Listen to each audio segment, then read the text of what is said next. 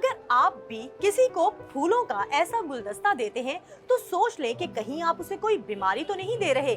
जानना चाहते हैं कि क्यों? तो आइए लाहौर में हमारे साथ फूलों की इस मार्केट में चलिए।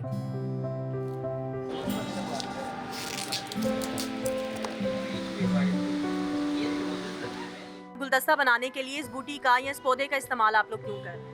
वो इसलिए लगाते हैं कि इससे एक तो बेस अच्छी बनती है, उसके बगैर ये इसका पुलाव नहीं बनता, अच्छी नहीं वो भूखे फिर बिल्कुल स्मार्ट से बनते हैं, वो अच्छे नहीं लगते। इस बूटी को कहते क्या है, इसका नाम क्या है और बूटी। कहाँ से मिलती है? आसानी से मिल जाती है या कोई लेकर आता है? कोई लेकर आता है। कस्टमर की डिमांड होती है, कस्टमर कहते हैं यार वही बूटी लगा दो क्योंकि जो इम्पोर्टेड है वो हमें महंगी पड़ती है, इसकी शक्ल भी उसी तरह है, आप लगा दें हमें। कहीं आप भी इन दुकानदारों की तरह अनजान तो नहीं? ये कोई आम पौधा नहीं बल्कि एक एलियन प्लांट है, पार्थेनियम, जिसे गाजर के पौधे से मुशाबहत रखने की वजह से गाजर बूटी कहा जाता है। ज़राअत और माहौल पर काम करने वाले एक बैनुल-अक़वामी इदारे centre for agriculture and bio sciences international यानी कैबी के मुताबिक गाजर बूटी को पाकिस्तान में पहली बार 90 की दहाई में गुजरात के करीबी इलाकों में देखा गया था। फिर वक्त के साथ साथ ये पौधा पूरे पाकिस्तान में फैल गया और अब ये खेतों, नदी नालों के किनारों से लेकर गुलदस्तों तक हर जगह दिखाई देता है। लेकिन इससे मसला क्या है?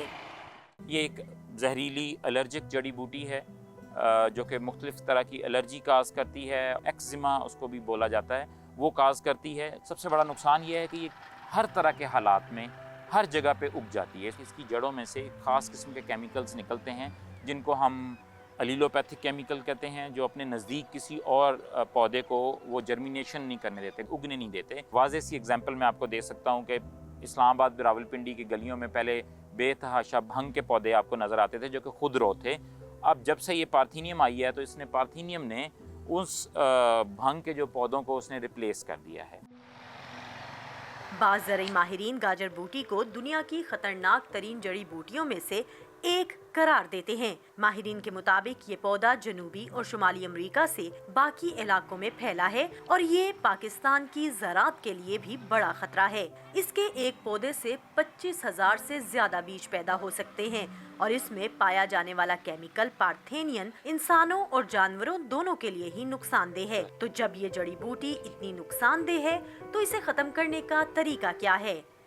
कैबी ने 2017 से इसके ऊपर काम शुरू किया था। साइंसदानों को बुला के इसके ऊपर एक लाहे अमल तय किया गया। पार्थेनियम को ख़त्म करने के लिए जो सबसे आसान तरीका जो हम रिकमेंड करते हैं वो ये है कि आप इसको फूल आने से पहले जड़ से उखाड़ दें, क्योंकि अगर आप उसको ऊपर से काटेंगे भी सही किसी भी तरीके से तो ये दोबारा उग जाती है। तो अगर आप हाथों का इस्तेमाल करें तो आप कपड़े के दस्ताने ज़रूर पहनें, अदरवाइज़ आप किसी भी इम्प्लीमेंट ज़री आलात के ज़रिए आप उनको उखाड़ दें। माहिरीन का कहना है कि इस पौधे को रोकने का एक और हल भी है, जो है एक मामूली सा कीड़ा। कैबी ने साउथ अफ्रीका से एक इसका बायो कंट्रोल एजेंट इंसेक्ट, जिसको हम उर्फ़े आम में स्टेम बोरिंग वीवल बोलते हैं, वो हमने इंपोर्ट किया। अभी तक हमने पंजाब और खैबर पख्तूनख्वा, आज़ाद जम्मू कश्मीर के मुख्तलिफ इलाका जात में इस कीड़े को छोड़ा है और अभी हम मॉनिटरिंग कर रहे हैं ताकि वो खुद ब खुद वहाँ पे अपनी नस्ल कायम रख सकते हैं, क्योंकि ये कीड़ा बाहर से इंपोर्ट किया गया है। उसको थोड़ा सा हमारे जो माहौल है, जो एग्रो क्लाइमेट के साथ मैचिंग के लिए it will take some time, और उसके साथ साथ ही हम इसको आगे लेके चल रहे हैं।